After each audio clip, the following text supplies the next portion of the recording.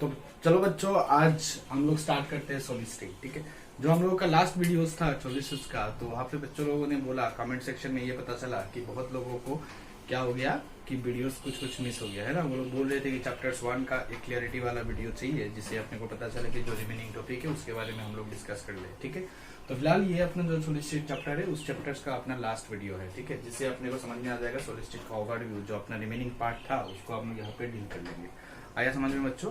बहुत अच्छा। तो ठीक है, देखिए सॉलिड स्टेट में अपने को किसके बारे में डील करना है। सॉलिड स्टेट में ये तो पता है कि हम लोगों ने पहले भी बहुत सारा बात कर लिया था सॉलिड स्टेट्स के बारे में, वो आप पहले एक बार रिवाइज कर लो। ठीक है, इसके बाद आप इस वीडियोस को देखो। इस वीडियो देखने से आपको अच्छे से समझ में आ जाएगा कि कैसे कैसे अपने को जो रिमेनिंग टॉपिक्स बचा हुआ है, कैसे कैसे अपने को डिफेक्ट्स के बारे में बात करना है और इन सब के बारे में कैसे बात करना है, वो हम लोग इस चैप्टर्स में देख लेंगे। ठीक है, अच्छा तो यहाँ पे अपने को क्या देखना पड़ेगा, हम लोगों ने इफिशिएंसी के बारे में बात कर लिया था, एफसीसी, बीसीसी, इसके बाद आपका सिंपल क्यूब्स के बारे में बात कर लिया था। हम लोगों ने कुछ क्वेश्चंस भी किया था, याद है ना? क्वेश्चंस भी किया था, एफसीसी, बीसीसी, इनके बारे में भी अपन लोगों ने बात कर लिया था। ठीक है, तो फिलहाल अभी आप लोग बात करेंगे कि देखिए डेंसिटी बोल के एक चीज होता है ना, जैसे कि कोई भी सॉलिड होता है उसका अगर डेंसिटी निकालना है, मतलब कोई भी चीज का डेंसिटी निकालना तो जरूरी है ना। तो डेंसिटी निकालने के लिए अपने को अभी नया टॉपिक अपने को यहाँ पे मिलेगा कि डेंसिटीज को कैसे निकालेंगे, सॉलिड्स का डेंसिटी कैसे निकलेगा। ठीक है, अपने को एफसीसी, बीसीसी इन सब के बारे में पता है, अभी सॉलिड्स का डेंसिटी कैसा होगा वो निकालते। ठीक है, तो हेडिंग डाल दो density of solid, density of solids. ठीक है, सॉलिड्स का डेंसिटी कैसे निकलेगा, देखो डेंसिटी का यहाँ पे हम लोग कैसे डिनोट करेंगे, रो से। कैसे डिनोट करेंगे, रो, है ना। कभी कभी हम लोग इसको डी से भी लिख सकते हैं, क्योंकि डी फॉर डेंसिटी, समझ में आ रहा है, डी फॉर डेंसिटी। तो डी फॉर डेंसिटी को बात करने के लिए हम लोग यहाँ पे डी से भी कर सकते हैं ना, डी तो हम लोग रो से भी करेंगे, तो दोनों चीज से हम लोग आराम से कर सकते हैं। ठीक है, तो डेंसिटी निकालने के लिए अपने को बेसिक सा फॉर्मूला, डेंसिटी निकालने के लिए अपने को बेसिक सा फॉर्मूला क्या मिलता है, मास बाय वॉल्यूम। क्या मिलता है बोलो यार, मास बाय वॉल्यूम। डेंसिटी निकालने के लिए अपने को बेसिक सा फॉर्मूला मिल जाता है, क्या फॉर्मूला होता है, मास बाय वॉल्यूम। कोई भी चीज का अपने को डेंसिटी निकालना है तो उस चीज का अपने को क्या करना पड़ेगा, मास लिखना पड़ेगा, इसके बाद अपने को वॉल्यूम लिखना पड़ेगा। तो मास बाय वॉल्यूम अगर होगा तभी हम लोग डेंसिटी को आराम से कैलकुलेट कर सकते हैं। देखो ये जो टॉपिक है अपना डेंसिटी ऑफ सॉलिड्स का, ये बहुत सिंपल टॉपिक है, इसमें कोई हार्ड चीज नहीं है, समझने में कोई आपको दिक्कत नहीं होगा। बस यहाँ पे आपको एक चीज ध्यान में रखना पड़ेगा, ये जो टॉपिक है इससे जो भी क्वेश्चन आएगा वो सारा क्वेश्चन क्या होगा, थोड़ा कैलकुलेटिव होगा। कैसा क्वेश्चन होगा, कैलकुलेटिव। इट्स नॉट लाइक कि वो बहुत ज्यादा हार्ड होगा, but it's will be A complicated question. It's not complicated question, it will be A calculative question. आया समझ चीज? डेंसिटी ऑफ सॉलिड्स में अपने को दिमाग लगाने वाला चीज नहीं है, अपने को बस कैलकुलेटिव क्वेश्चंस होगा, है ना। बड़ा कैलकुलेशंस मिलेगा, उस कैलकुलेशंस को सॉल्व करना अपने लिए थोड़ा बहुत दिक्कत हो सकता है ना, लेकिन हम लोग उसको अच्छे से मिनिमाइज करेंगे, जैसे कि अपने को कैलकुलेशन में कोई दिक्कत ना हो। ठीक है बच्चों, चलिए तो ठीक है, डी और रो, जिसको हम लोग बोलते हैं डेंसिटी, क्या होता है फॉर्मूला, बेसिक सा फॉर्मूला बोलो, बेसिक सा फॉर्मूला क्या होता है, बताओ बताओ बताओ क्या होता है, मास बाय वॉल्यूम। क्या हो जाएगा बोलो, मास बाय वॉल्यूम। तो अपने को मास बाय वॉल्यूम जहां पे भी करेंगे, मास बाय वॉल्यूम हम लोग जहां पे भी करेंगे, उसको क्या सोचना है बताओ, उसको सोचना है मास बाय वॉल्यूम को अपने को बताना है कि ये अपना क्या है, सॉलिड का डेंसिटी है ना। जरूरी नहीं ये सॉलिड हो, मास बाय वॉल्यूम तुमको कहीं पे भी मिलेगा तो उसको बोलना है कि इट्स डेंसिटी। आया समझ में, मास बाय वॉल्यूम कहीं पे भी मिलेगा तो उसको क्या बताना है कि ये एक डेंसिटी है। समझ में आ रहा है? अगर मुझे डेंसिटी ऑफ सॉलिड निकालना है तो यहाँ पे मुझे मास ऑफ सॉलिड भी डालना पड़ेगा, है ना, और उसके साथ मुझे वॉल्यूम ऑफ डेंसिटी भी देना पड़ेगा, वॉल्यूम ऑफ सॉलिड देना पड़ेगा। समझ में आ रहा है? अच्छा, तो डेंसिटी और रो को निकालने के लिए मास बाय वॉल्यूम होता है। मास अपने को अगर सॉलिड का निकालना है तो सॉलिड का मास डालना है, और अगर मुझे डेंसिटी ऑफ सॉलिड निकालना है तो उसके लिए मुझे वॉल्यूम की जरूरत है, और वॉल्यूम कौन सा होगा, सॉलिड का वॉल्यूम। बोलो आया समझ में आया? अच्छा, कोई भी सॉलिड का मास निकालने के लिए अपने को क्या करना पड़ता है, मास निकालने का फॉर्मूला क्या होता है, Z मल्टीप्लाई M। अरे बोलो, Z का मतलब एटम्स पर यूनिट सेल। याद करो, सिंपल क्यूब में Z का वैल्यू कितना था, 1, ZBCC में Z का वैल्यू कितना था, 2, और एफसीसी में Z का वैल्यू कितना था, 3। तो अपने को यहाँ से समझ में आ गया, 4 था। तो अपने को यहाँ से समझ में आ गया कि अपने को Z का 3 पॉसिबल वैल्यू हो सकता है। क्या हो सकता है, 1, 2 एंड 4। क्या हो सकता है, 1, 2 एंड 4 हो सकता है ना। मास निकालना है तो D into Z into M मतलब मोलिकुलर वेट, कौन सा चीज का सॉलिड है। जैसे कि अगर NaCl सॉलिड होगा तो NaCl का मास डालो, NaCl सॉलिड के अंदर एटम्स पर यूनिट सेल जितना होगा उससे मल्टीप्लाई कर दो तो सॉलिड का मास तुमको मिल जाएगा, एक यूनिट सेल का मास तुमको मिल जाएगा। आया बोलो समझ में? बहुत अच्छा। डिवाइडेड बाय वॉल्यूम है ना, वॉल्यूम क्या होता है, वॉल्यूम ऑफ क्यूब करना पड़ेगा, क्योंकि यूनिट सेल सॉलिड निकाल रहा हो तो सॉलिड कैसा होता है, एक यूनिट सेल होता है। यूनिट सेल में बहुत सारे यूनिट मिलके एक सॉलिड बनता है। तो यूनिट सेल का शेप कैसे होता है, बोलो क्यूबिक होता है। कैसा होता है शेप, क्यूबिक होता है। तो यहाँ पे व्हाट इज द, अगर ये मैंने ए मान लिया, अगर मैंने इसको ए मान लिया तो क्या हो जाएगा, इसका वॉल्यूम ए क्यूब, क्या हो जाएगा ए क्यूब। अगर मैं 1 मोल का निकालता हूं तो यहाँ पे मुझे एन नॉट देना पड़ेगा, एन नॉट से मल्टीप्लाई करना है। एन नॉट का मतलब होता है एवोगैड्रो नंबर। क्या होता है बोलो, एवोगैड्रो नंबर। क्या होता है, एवोगैड्रो नंबर, एवोगैड्रो नंबर होता है। इसका वैल्यू कितना होता है, मैं लिख देता हूँ यहाँ पे, z का पॉसिबल वैल्यू, z का पॉसिबल वैल्यू क्या हो सकता है, 1 हो सकता है, 2 हो सकता है एंड 4 हो सकता है। 1 हो सकता है, 2 हो सकता है और 4 हो सकता है ना। a का मतलब क्या हो गया, एज लेंथ, ठीक है। और एन नॉट क्या हो जाएगा, एवोगैड्रो नंबर, वैल्यू कितना 6.022 into 10 to the power 23। तुमको पता है क्लास 11 में तुमने पढ़ा था, बहुत बार एटॉमिक स्ट्रक्चर्स में पढ़ा था तुमने, इस चीज को मोल कंसेप्ट में भी पढ़ा था, बहुत जगह में तुमने पढ़ा था। तो एन नॉट का वैल्यू कितना हो जाता है, 6.022 into 10 to the power 23। Clear. तो ये मुझे मिल गया डेंसिटी का फॉर्मूला, है ना, डेंसिटी का फॉर्मूला। तो यहाँ पे देखो ये जो ए है, ए के साथ अपने को क्या क्या सोचना पड़ेगा कि ए जो एज लेंथ और आर, जैसे कि हम लोगों ने निकाला था एफिशिएंसी निकालने के टाइम पे, जैसे कि हम लोगों ने निकाला था यूनिट सेल का कैलकुलेशंस का टाइम में, एफसीसी बीसीसी सिंपल क्यूब निकाला था, है ना। तो वहां पे अपने को मिला था सेकंड पॉइंट, याद करो, relationship between a and r, relationship between a and r अपने को मिला था। तो ए और आर का अपने को रिलेशनशिप निकालना है और उसी रिलेशनशिप को इधर सोच के डालना पड़ेगा। कभी कभी क्वेश्चंस में ऐसा हो सकता है कि आर का वैल्यू गिवन है और बोल रहा है कि एज लेंथ निकालो, बोल रहा है क्या निकालो, एज लेंथ निकालो, तब मुझे जरूरत पड़ेगा। तो मैं इसको लिख देता हूँ फटाफट। सिंपल क्यूब में बताओ ए और आर का रिलेशन क्या होगा, A is equal to twice R, A is equal to twice R होता है, ठीक है। तो बताओ एफसीसी में क्या हो जाता है, बोलो a is equal to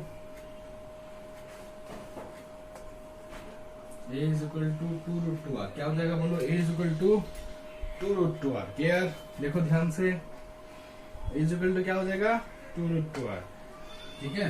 next बात करेंगे बीसीसी, है ना। तो बीसीसी का क्या होता है, बताओ बताओ बताओ बोलो, √3/4a होता है ना, √3/4a होता है। और मुझे ए और आर का रिलेशन निकालना है, तो ए इज इक्वल टू क्या हो जाएगा 4r/√3। क्लियर। तो अपने को ये रिलेशन का जरूरत पड़ेगा। ये जो आर होता है ये क्या होता है, आर क्या मतलब क्या होता है, रेडियस ऑफ स्फीयर, है ना, रेडियस ऑफ स्फीयर के बारे में। ठीक है।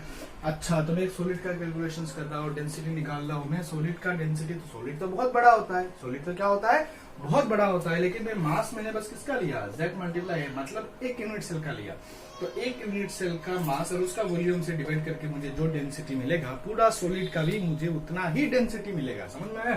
तो देयरफॉर मुझे एक यूनिट सेल का करना पड़ेगा, मास बाय वॉल्यूम करेंगे, एक यूनिट सेल का डेंसिटी मिला तो बाकी सबका यूनिट सेल का सेम ही होगा, बाकी सब यूनिट सेल क्या हो जाएगा, सेम तरीके का होगा। तो देयरफॉर मुझे बाकी पूरा यूनिट सेल का, पूरा जो सॉलिड है उस पूरा सॉलिड का डेंसिटी क्या हो जाएगा, जो एक यूनिट सेल का डेंसिटी होगा। क्लियर।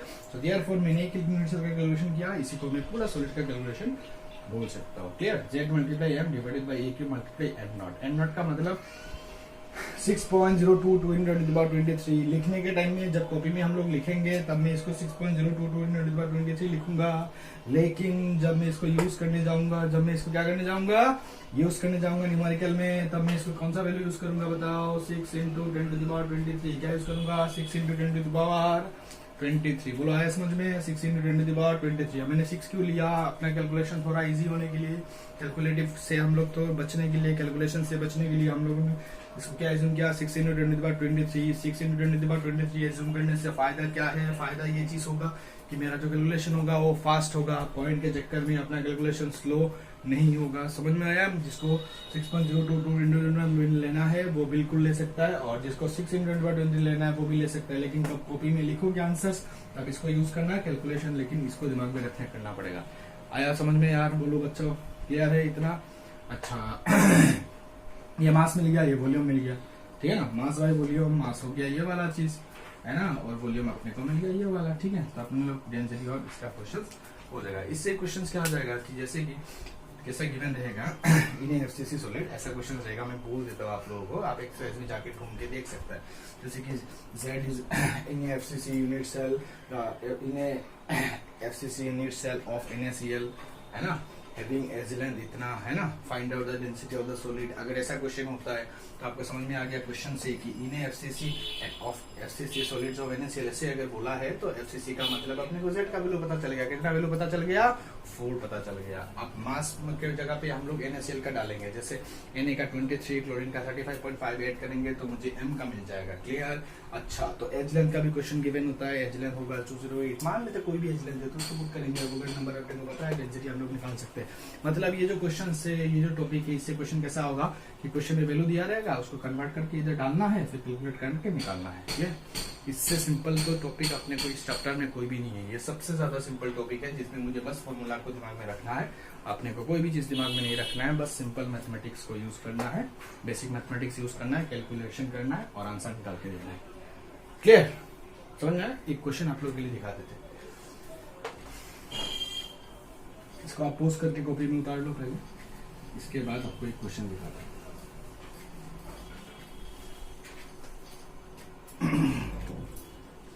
जैसे कि क्वेश्चन में दिया हुआ है, मान लेते in FCC solid, in FCC solid of NaCl, हाँ, in FCC solid of NaCl, in FCC solid of NaCl having, in FCC solid of NaCl having edge length is 208 picometer. In a FCC solid of NaCl having edge length is 208 picometer. ठीक है, find the density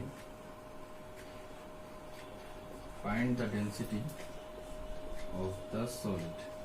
solid का क्या निकालना है?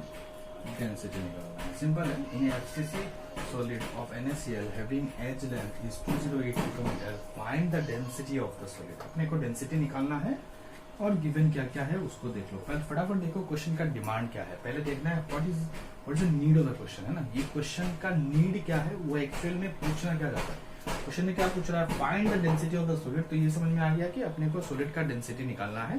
Solid का density निकालने के लिए अपने पास क्या क्या जरूरत पड़ता है? Z पड़ता है, M पड़ता है, A पड़ता है और M0 पड़ता है। M0 का वैल्यू तो अपने को पता है, तो अपने को Z, M और A चाहिए। ठीक है, तो इन सॉलिड ऑफ एफसीसी बोला तो फटाफट गिवन डाटा लिख दो फटाफट गिवन डाटा। गिवन डाटा में क्या मिलेगा? In solid, in FCC solid, है ना, एफसीसी सॉलिड ऑफ NaCl ऐसे बोला ना, एफसीसी सॉलिड ऑफ NaCl। तो एफसीसी वर्ड से समझ में आ गया कि यहाँ पे अपना Z का वैल्यू कितना मिला? 4 मिल गया। क्लियर? अच्छा, ऑफ NaCl बोला, NaCl बोला है तो मोलिकुलर वेट जो अपना निकलेगा वो कैसे निकलेगा? Na का कितना होता है? NaCl का है ना, तो NaCl में Na का कितना होता है बोलो? 23। क्लोरीन का कितना होता है? 35.5। ऐड करेंगे तो अपने को क्या मिलता है? 58.5 ग्राम पर मोल। Clear?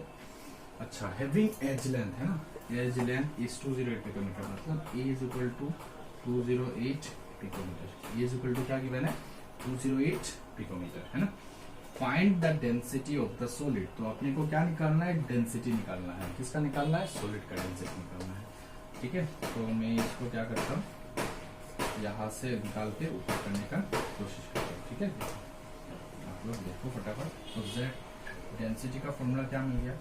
Z multiply M divided by A cube multiply N0। Z multiply M divided by A cube multiply N0। ठीक है, तो Z का वैल्यू क्या डाल देंगे? 4।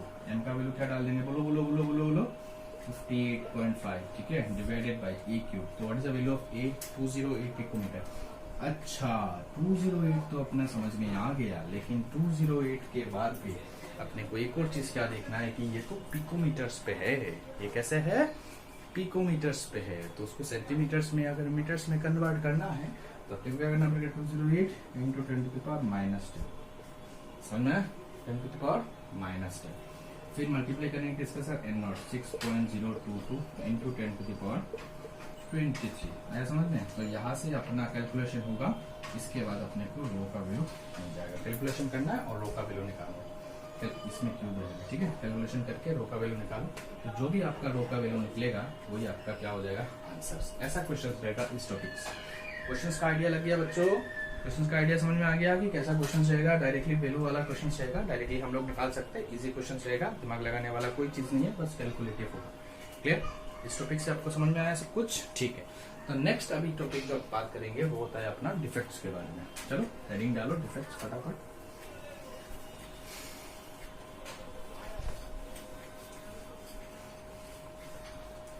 इसको पोज करके आप लिख लो पहले, इसके बाद डिफेक्ट्स हेडिंग जल्दी जल्दी फटाफट बच्चों डिफेक्ट हेडिंग डालो।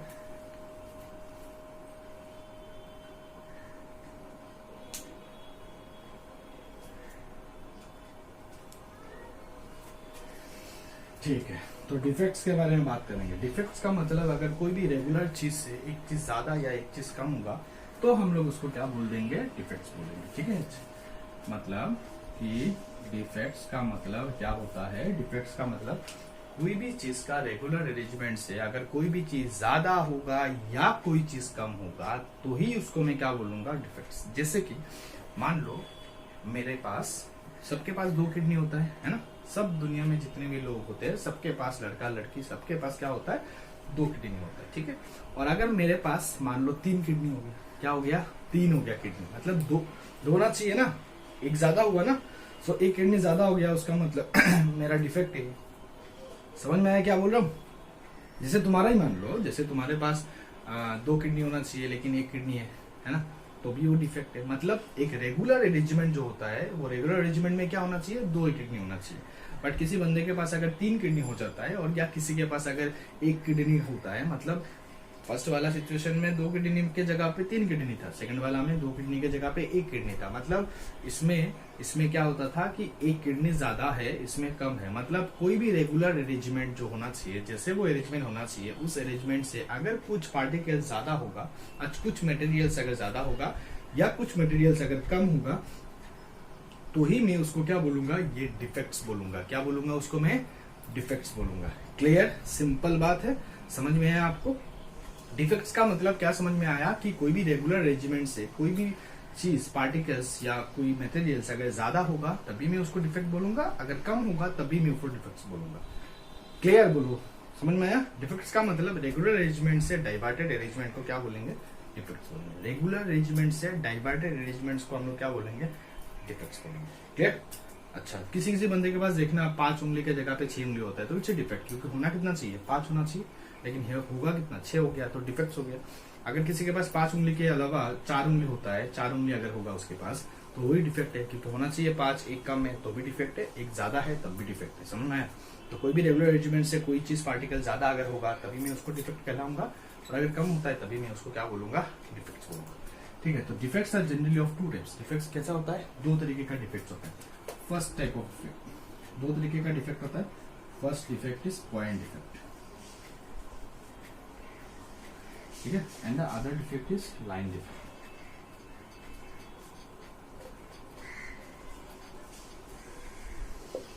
एक डिफेक्ट का नाम क्या हो जाता है, पॉइंट डिफेक्ट। दूसरा डिफेक्ट का नाम क्या हो जाता है, लाइन डिफेक्ट। तो एक हो गया अपना पॉइंट डिफेक्ट, दूसरा हो गया अपने पास लाइन डिफेक्ट। तो पॉइंट डिफेक्ट और लाइन डिफेक्ट में क्या अंतर होता है, तो यहाँ पे जो भी डिफेक्ट्स के बारे में बात करेंगे वो सारा डिफेक्ट्स क्या होता है, सॉलिड्स का अरेंजमेंट्स के ऊपर डिफेक्ट होता है। सॉलिड्स का किसके ऊपर, अरेंजमेंट्स के ऊपर डिफेक्ट होगा, है ना। अरेंजमेंट्स के ऊपर डिफेक्ट के बारे में अगर बात करेंगे तो उसको बोलेंगे पॉइंट डिफेक्ट्स, और दूसरे वाले को क्या बोलेंगे, लाइन डिफेक्ट। बहुत सिंपल। अच्छा, तो पॉइंट डिफेक्ट का मतलब क्या होता है सर जी? पॉइंट डिफेक्ट का मतलब ये होता है कि अगर एक पॉइंट को सेंटर मान के अगर मैं पार्टिकल्स का अरेंजमेंट करूंगा, उसके बाद अगर एक पार्टिकल ज्यादा या कम हो जाता है तो मैं उसको बोल सकता हूँ कि एक पॉइंट डिफेक्ट है, क्योंकि एक पॉइंट के एक्रॉस अरेंजमेंट है। ठीक है, अरेंजमेंट में फोकस करना है। जैसे कि इसको मान लेते हैं, यहाँ पे मैंने इस पे पार्टिकल डाला, सॉलिड्स का स्ट्रक्चर बन रहा है, सॉलिड का जो मटेरियल सॉलिड के अंदर होता है, वो जो पार्टिकल्स होता है उनके बारे में डिस्कस कर रहा हूँ। ध्यान से देखो, अगर मान लेते हैं ये तो उसका रेगुलर स्ट्रक्चर है ना, इतना होना चाहिए। अगर मान लो एक पार्टिकल ज्यादा हो गया तो होना कितना चाहिए, 1 2 3 4 5 6, है ना। एक पार्टिकल ज्यादा हो गया और ये एक पॉइंट के एक्रॉस पार्टिकल्स का अरेंजमेंट है, और उस पॉइंट के एक्रॉस पार्टिकल्स के अरेंजमेंट में एक पार्टिकल ज्यादा है, तो मैं उसको क्या बोलता हूँ, पॉइंट डिफेक्ट। समझ में आया? पार्टिकल ज्यादा हुआ तब भी वो पॉइंट डिफेक्ट है। एग्जांपल समझ में आया? अच्छा, एक और आपको समझ में आने के लिए एक और चीज एग्जाम्पल बता सकते हैं, जैसे कि इसको सेंटर मान लो, ठीक है, हुआ। तो ये तो मेरा रेगुलर अरेंजमेंट है, लेकिन मान लो यहाँ से एक पार्टिकल खाली हो गया, मतलब एक पार्टिकल कम हो गया, ऐसे हो गया। अब ऐसे हो गया तब भी वो स्ट्रक्चर सही नहीं हुआ ना, क्योंकि कितना होना चाहिए था, यहाँ पे 6 होना चाहिए था, हुआ कितना, 5 हुआ। एक पार्टिकल कम हो गया, तभी मैं इसको क्या बोलूंगा, पॉइंट डिफेक्ट। यहाँ पे क्या है, एक पार्टिकल मिसिंग है, यहाँ पे एक पार्टिकल ज्यादा है ना, मिसिंग एंड एडिंग पार्टिकल, यहाँ पे एक पार्टिकल ज्यादा है ना, समझ में आ रहा है, one extra particle is there, it is less number of particles is there, तो extra particle and the less particle both will coincide and we tell it point defects। समझ में आ रहा है, point defects का मतलब क्या होगा कि if the arrangement of a solid, in the arrangement of a solid, if the one particle is extra, है ना, one particle is क्या हो गया यहाँ पे, extra हो गया। if the arrangement of solid, if one particle is additive, one particle is extra, then it is called its point defect। Also we can call it, if the arrangement, if in a solid arrangement, if the number of particles are less, है ना, number of particles are less than the actual जितना होना चाहिए उससे अगर less है, तभी मैं उसको क्या बोलूंगा, point defect. Very simple concept. यहाँ पे अपने को क्या समझ में आना चाहिए, 6 पार्टिकल का जगह है, 6 एक और पार्टिकल आ गया, एक पॉइंट के एक्रोस अरेंजमेंट था तो पॉइंट डिफेक्ट में चला गया। यहाँ पे सेम पॉइंट के एक्रोस था लेकिन एक पार्टिकल कम हो गया, तो भी इसको क्या बोल देंगे, पॉइंट डिफेक्ट। समझ में आ गया पॉइंट डिफेक्ट। अब बात करते हैं लाइन डिफेक्ट्स का। लाइन डिफेक्ट्स का मतलब पार्टिकल्स का अरेंजमेंट कैसे हो, एक्रोस से लाइन, कैसे होना चाहिए, एक्रोस से लाइन। लेकिन एक्रोस से लाइन हो रहा है, अगर यहाँ पे एक पार्टिकल ज्यादा हो गया तो उसको क्या बोल देंगे, लाइन डिफेक्ट, है ना। एक लाइन के एक्रोस अपना अरेंजमेंट रखा हुआ है, लाइन के एक्रोस अपने सॉलिड्स को, पार्टिकल्स को रखा हुआ है, उस लाइन के अरेंजमेंट्स में एक पार्टिकल ज्यादा है तभी लाइन डिफेक्ट। अगर ऐसा होता है, मान लीजिए ऐसा है और यहाँ पे बीच से एक पार्टिकल को खत्म कर दिया मैंने, हटा दिया, तो भी ये क्या बन जाएगा, लाइन डिफेक्ट। समझ में आ रहा है, one extra particle and one less particle. एक ज्यादा पार्टिकल अगर हो जाता है तभी उसको लाइन डिफेक्ट के अंदर डालेंगे, एक कम पार्टिकल अगर हो जाएगा तभी मैं उसको क्या करूंगा, लाइन डिफेक्ट के अंदर डाल दूंगा। समझ में आ गया, point defects and line defects हैं। And there are many defects like line defect and point defects का भी और डिफेक्ट्स होता है, जैसे कि line defect and point defects का भी बहुत सारा डिफेक्ट निकल के आता है, जैसे स्टोइचोमेट्रिक डिफेक्ट है ना, नॉन स्टोइचोमेट्रिक डिफेक्ट। समझ में आ रहा है। इसके बाद वैकेंसी डिफेक्ट निकल के आएगा, बहुत सारा है ना, स्टोइचोमेट्री मिला, नॉन स्टोइचोमेट्रिक मिला, मेटल एक्सेस डिफेक्ट मिलेगा, नॉन मेटल एक्सेस डिफेक्ट मिलेगा, इसके बाद आपको स्कॉटकी डिफेक्ट मिलेगा, इसके बाद आपको फ्रेंकल डिफेक्ट मिलेगा, इसके बाद आपको वैकेंसी डिफेक्ट मिलेगा।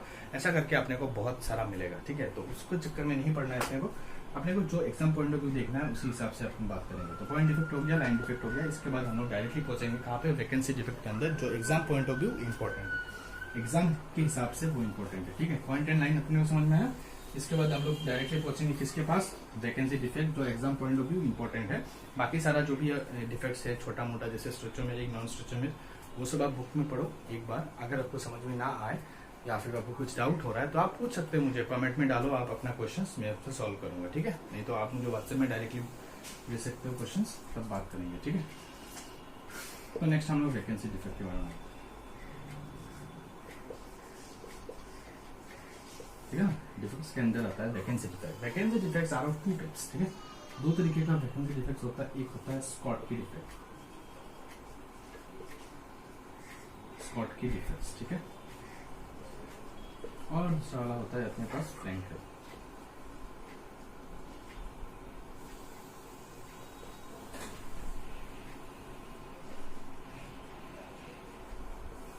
Schottky defect and Frenkel defects, ठीक है। And this Schottky and Frenkel defect अपन लोग बात करेंगे, ऑलरेडी हम लोगों ने पहले भी बात कर चुका है, तो फिर से आप बात करेंगे। तो इसका स्कॉटकी एंड फ्रैंकल डिफेक्ट के लिए हम फर्स्ट में स्टार्ट करेंगे स्कॉटकी डिफेक्ट से, ठीक है। तो स्कॉटकी डिफेक्ट से स्टार्ट करते हैं।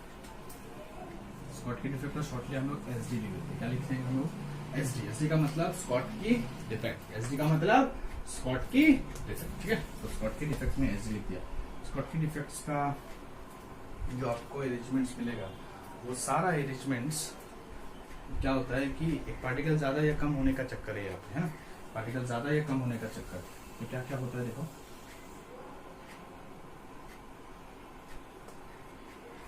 ठीक है। स्कॉटकी डिफेक्ट में एक ज्यादा और कम होने का चक्कर होता है, तो ज्यादा कम में दिखा बात करेंगे अभी।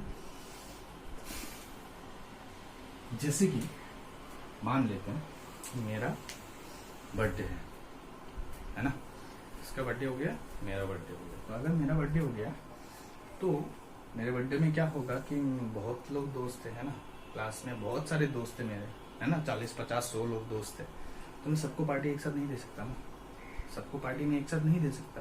तो मेरे पास आइडिया आया। क्या आइडिया आया, मैंने क्या किया, सबको जाके बोला क्लास में जाके, सबको पता है कि मेरा बर्थडे कल है, तो सबको पता है कि मेरा बर्थडे कल है, तो उसमें क्या करना है कि मैंने क्या किया, अपने क्लास में गया, क्लास में जाके मेरे दोस्त लोगों से बोला कि देखो यार कल तो मेरा बर्थडे है, तो आप लोगों को क्या करना है, आप लोग मेरे घर पे इनवाइटेड हो, आप लोग आओ, है ना, बर्थडे है तो आप लोग आ सकते हो, ठीक है, आ जाओ आप, मैं एक पार्टी अरेंज कर रहा हूँ, ऐसा मैंने बोल दिया, ठीक है।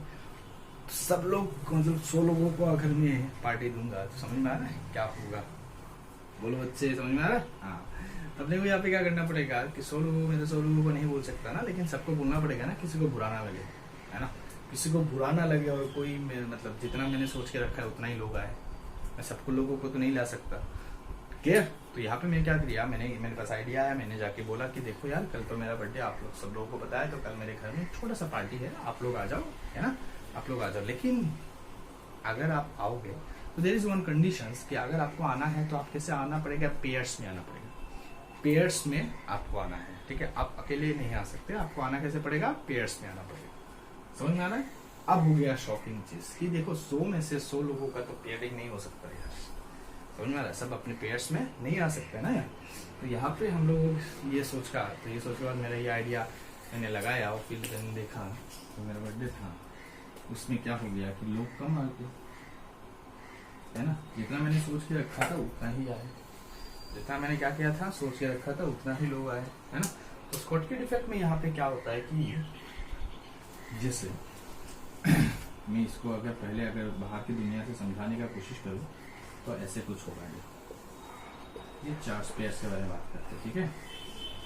तो मैंने बर्थडे में सबको इनविटेशन दिया और सब लोग नहीं आ पाए क्योंकि पेयर्स में आना था, तो पेयर्स में आने के लिए 4 पेयर्स ही आ पाए, जिसमें कितना हो गया मेरा टोटल में 8 लोग आ गए। तो मैंने 8 लोगों का पहले से अरेंजमेंट करके रखा था, क्योंकि मुझे तो पता था, तो पहले से मैंने 8 लोगों का अच्छे से अरेंजमेंट करके रखा था, सब लोग आए, आराम से पार्टी चल रहा है। सडनली क्या हुआ, इस लड़के का घर से फोन आता है, इस लड़के का क्या होता है, घर से फोन आता है, ये लड़का है B for boy and G for girl, ठीक है।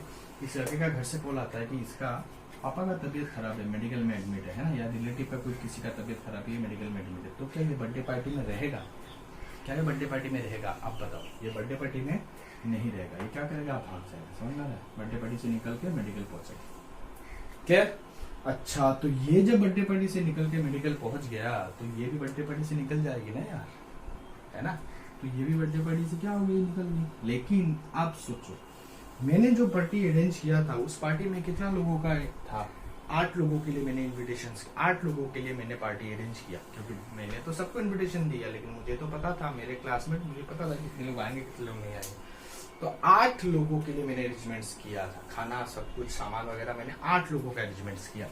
अब ऐसा जब सिचुएशन हो गया कि ये जो बाहर निकल के चला गया और ये भी निकल के चली गई, तो यहाँ पे क्या केस हो गया कि जितना लोगों का मैंने इन्विटेशन देके और जैसे भी मैंने अपना किया था, है ना, वहां पे क्या बन जाएगा, वहां पे क्या हो जाएगा, आपका ये B और G आपका खत्म हो गया, समझ में आ रहा है चीज, मतलब ये जो निकल के चला गया ना मेडिकल, ये भी चली गई, तो अपना जो अरेंजमेंट में उसमें डिफेक्ट हो गया ना, फिर खाना वेस्ट होगा, समझ में आ रहा है क्या होगा, यहाँ पे खाना वेस्ट होगा, है ना, खाना वेस्ट होगा, पार्टी में डिफेक्ट्स हो गया। तो ऐसा पार्टी को क्या हो गया, मैंने इसमें 8 लोगों का किया था, 2 लोग आए लेकिन निकल के बाहर चले गए क्योंकि उनका काम था, निकल के चले गए, तो ऐसा अरेंजमेंट्स में मेरा डिफेक्ट हो गया। तो इस डिफेक्ट को मैं कैसा बोलता हूँ, स्कॉटकी डिफेक्ट। इसको मैं केमिस्ट्री में अगर रिलेट करूँ तो ऐसे होता है, देखो लड़के लोगों को मैंने पॉजिटिव मान लिया, है ना, पॉजिटिव मतलब कैटायन मान लिया, इनको मैंने क्या मान लिया, एनायन मान लिया, ठीक है।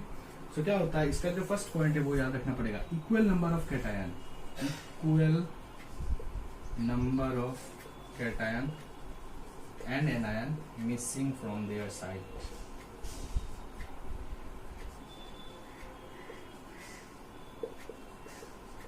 Equal number of cation and missing from their side, इसका फर्स्ट पॉइंट का मतलब है एक कैटायन गया तो साथ साथ एक क्या जाएगा, एक एनायन जाएगा। ऐसा डिफेक्ट अगर होता है कोई भी सॉलिड के अंदर एक कैटायन और एक anion, equal number of cation and anion missing होगा, तो ऐसा टाइप के डिफेक्ट को मैं क्या बोलूंगा, स्कॉटकी डिफेक्ट। क्या बोलूंगा इसको मैं, Schottky defect. Second point, defect होने से पहले रूम का चार्ज क्या था, न्यूट्रल था, क्योंकि 4 पॉजिटिव 4 नेगेटिव, तो न्यूट्रल था। डिफेक्ट होने के बाद एक पॉजिटिव गया एक नेगेटिव गया, तो इस रूम का चार्ज क्या रह गया, न्यूट्रल रह गया। तो इसमें क्या लिखेंगे, इट मेंटेन्स, ये न्यूट्रलिटी मेंटेन करता है, it maintains it maintains neutrality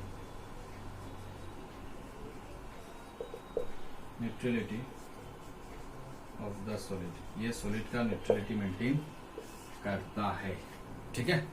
third point, density में क्या इफेक्ट पड़ेगा बोलो। रूम ये जो है अपना पार्टी डिफेक्ट होने से पहले क्या डेंसिटी अगर निकालना था तो कैसे निकला, डेंसिटी कैसे निकलता, मास बाय वॉल्यूम, अभी पता किया था ना, सबका मास और रूम का वॉल्यूम डिवाइड करेंगे तो इस रूम का डेंसिटी निकलता। ठीक है।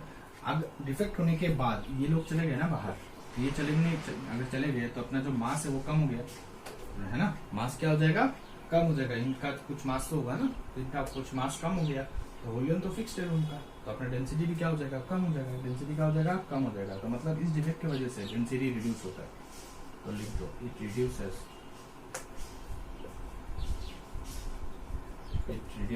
The density of the solid.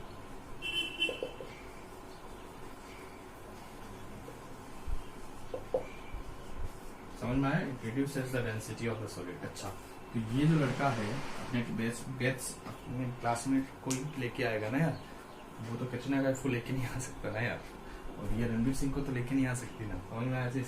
तो यहाँ पे क्या होना पड़ेगा, जो ये भी और क्लास में भी किसको लेके आ सकता है, जिसके साथ जान पहचान होता है, जिसके साथ बातचीत होता है, नोट शेयरिंग करता है ना, उसी को लेके आ सकता है। तो यहाँ पे भी अपने को क्या देखना पड़ेगा, जो अपना फोर्थ पॉइंट है वहाँ पे अपने को सोचना है कि ये देखना पड़ेगा जो कैटायन और एनायन होगा उनका जो प्रॉपर्टीज है वो मैच करना चाहिए है ना। प्रॉपर्टीज के हिसाब से अगर बात बोलूँ तो यहाँ पे प्रॉपर्टीज कौन सा प्रॉपर्टी के बारे में बोल रहा हूँ, इनका साइज ऑलमोस्ट क्या होना चाहिए, सेम होना चाहिए। ठीक है। Fourth point, cation and anion almost has same size. समझ में आया।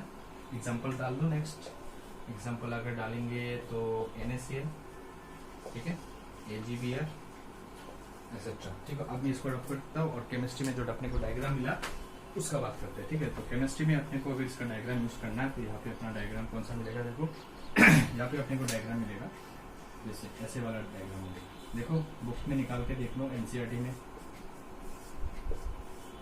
केमिस्ट्री के रेस्पेक्ट में अगर तुमको डायग्राम देखना है इसका तो ऐसे देख सकते हो।